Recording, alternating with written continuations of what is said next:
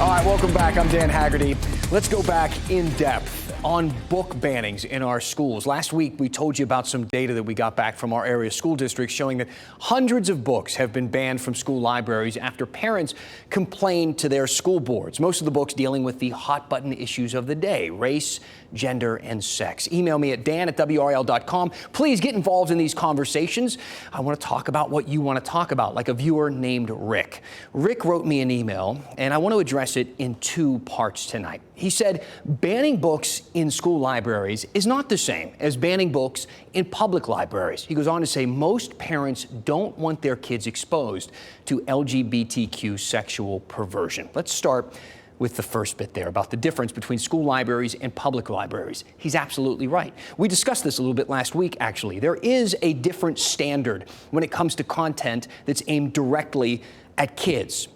What is that standard exactly? Well, we really don't know. The courts have never specifically defined it, which is why we have librarians. A retired librarian named Robin wrote me and explained it like this. School librarians in North Carolina are trained in collection development and have selection policies. School librarians read reviews, attend conferences where we meet and talk with authors and publishers. We have meetings during the year where the best of the best are presented. We have a chance to ask questions and examine them and study lists of recommended titles. So the books in your kids' schools have been vetted, and it's a good system. But if you're like me, you're wondering, how exactly is that different than what the school boards are doing? What I mean is those librarians are censoring certain books that they find inappropriate or dangerous, just like the concerned parents who complain to the school board.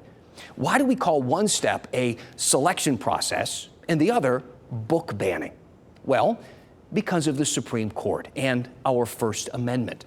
Here's UNC law professor William Marshall. The court, it seems to have made a distinction between not purchasing a book and putting it on the shelves and then taking it down for censorial reasons after it's up on the shelf. Now, whether that's the clearest possible distinction, I think a lot of us might argue it's not, but I think they're concerned with the message that takes place when you actually remove a book in a different way than if you don't purchase that book or add it to the shelves in the first place. Yeah, I know, still pretty vague. And you probably still have questions like Devin, who said, Dan, since when does the Supreme Court know what's best for our children? Well, they don't. They don't. The Supreme Court isn't thinking about your kids. They're thinking about the Constitution and free speech. Think of it this way. When you ask, when does the Supreme Court know what's best for our children? I ask, whose children?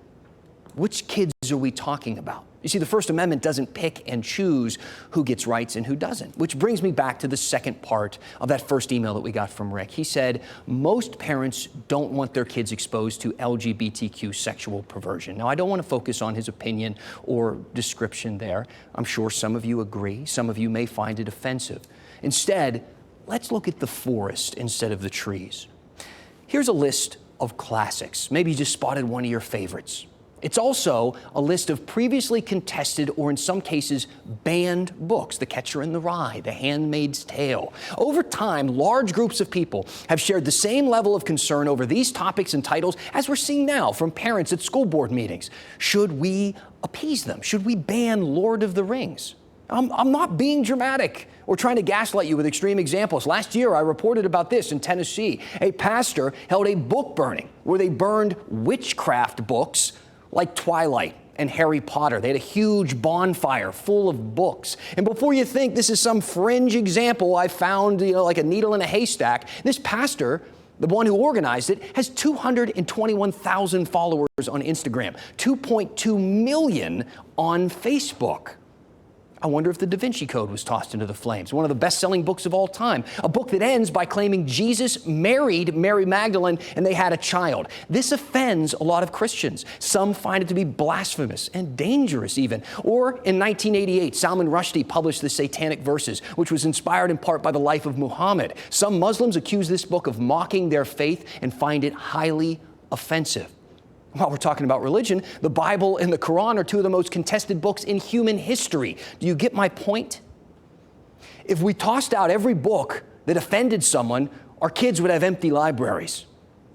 So Rick and everyone who agrees with his email that he sent in, you're entitled, all of you, to your opinions. But consider this. What happens when someone is offended by something that you find valuable or meaningful or beautiful? Will you appease them or expect your rights to be protected? Let me know what you think. This is a big topic. Lots of things to discuss. Email me at dan@wral.com. Tell me what's on your mind, and we'll go in depth.